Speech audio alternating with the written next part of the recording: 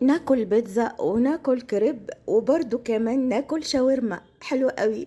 لكن ما نقدرش برضو نستغنى عن صينية البطاطس في الفرن. صينية البطاطس في الفرن أحلى أكلة ممكن ناكلها، بتكون طعمها حلو قوي. صينية البطاطس في الفرن من أجمل وأهم الأكلات اللي كلنا بنحبها وبنعشقها. هنعمل النهاردة صينية البطاطس في الفرن بطريقة سهلة قوي وبسيطة جدا. وعايزة أقول لكم إن الفرن مهم جدا لتسوية البطاطس. بتكون البطاطساية معاكي كده زي حتة الزبدة، تحفة وتجنن بجد. صينية البطاطس في الفرن النهاردة وهمية، هتكون معانا خطيرة قوي مع الرز الأبيض مع الفراخ. أكلتنا الجميلة اللي كلنا بنحبها واللي متعودين عليها وبناكلها كتير وبتشبعنا قوي، وبنحس كده ان احنا اتغدينا وشبعنا قوي بالأكلة الجامدة دي. أكلة كده بتملى المعدة و بتمخمخ كده في الدماغ. هنعمل النهاردة صينية البطاطس والفراخ وكمان الرز الأبيض بطريقة بجد حلوة قوي. عايزة اقول لكم ان النهارده صينية البطاطس كانت قلبة الدنيا، ريحتها كانت خطيرة بجد تجنن. أحلى أكلة وأجمل وصفة أكلاتنا الجميلة اللي متعودين عليها واللي بناكلها كتير واللي بنحبها قوي.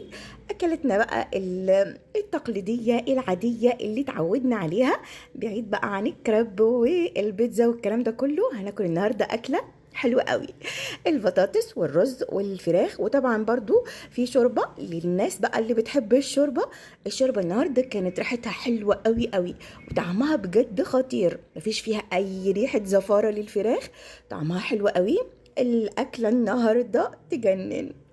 يلا هنعمل اكلتنا وهنشوف ازاي عملنا الاكله الحلوه دي اللي احنا كده بنحبها ومتعودين عليها، بناكلها كتير، بناكلها من زمان ودايما بنعملها علشان بتشبعنا وبتكون خطيره.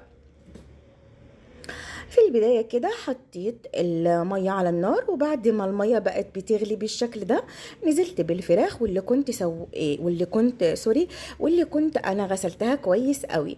هنضيف عليها بقى البصل واللوري والحبهان، مش اكتر من كده، علشان الشوربة تكون حلوة قوي وطعمها حلو قوي، لونها ابيض ورايق كده وريحتها كده حلوة قوي. شوية شوربة كده خطيرة.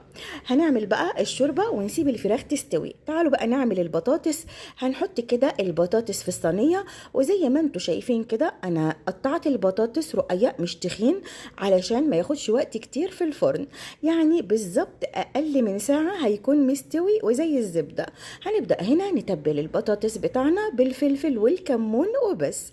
هنقلب الفلفل والكمون مع البطاطس، هنضيف كمان فلفلاية اخضر وبصل متقطع كده بالشكل اللي انتوا شايفينه ده. هنقلب بقى الحاجات الحلوة دي مع بعضها، وهنحط كمان معلقة صغيرة من الثوم المفروم وهنوزعها كده على الصينية. كمان هنضيف بقى عصير الطماطم اللي صفيته، معلقتين بقى 3 من الزيت على وش الصينية كده علشان تبقى حلوة قوي. هنحط بقى الملح، هنظبطه على حسب كمية البطاطس. هنحط كمان معلقة من السكر.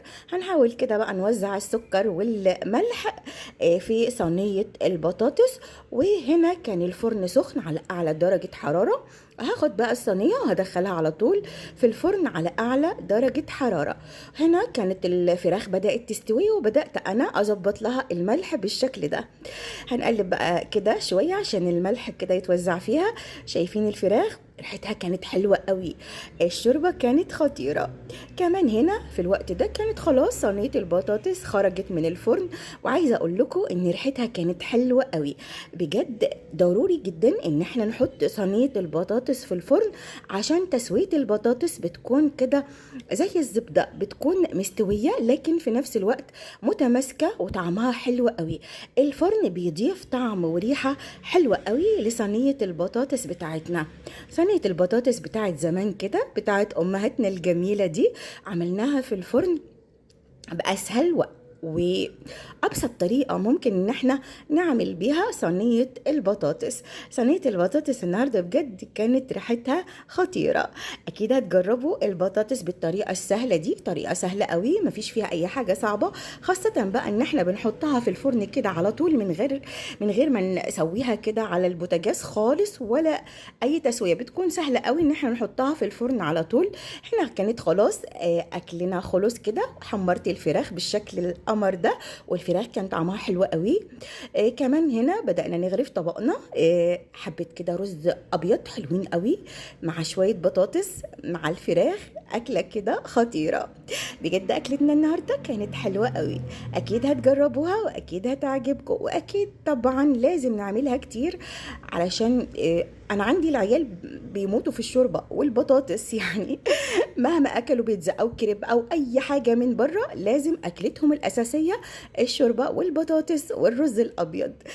دي كانت أكلتنا النهاردة، يا رب تعجبكم.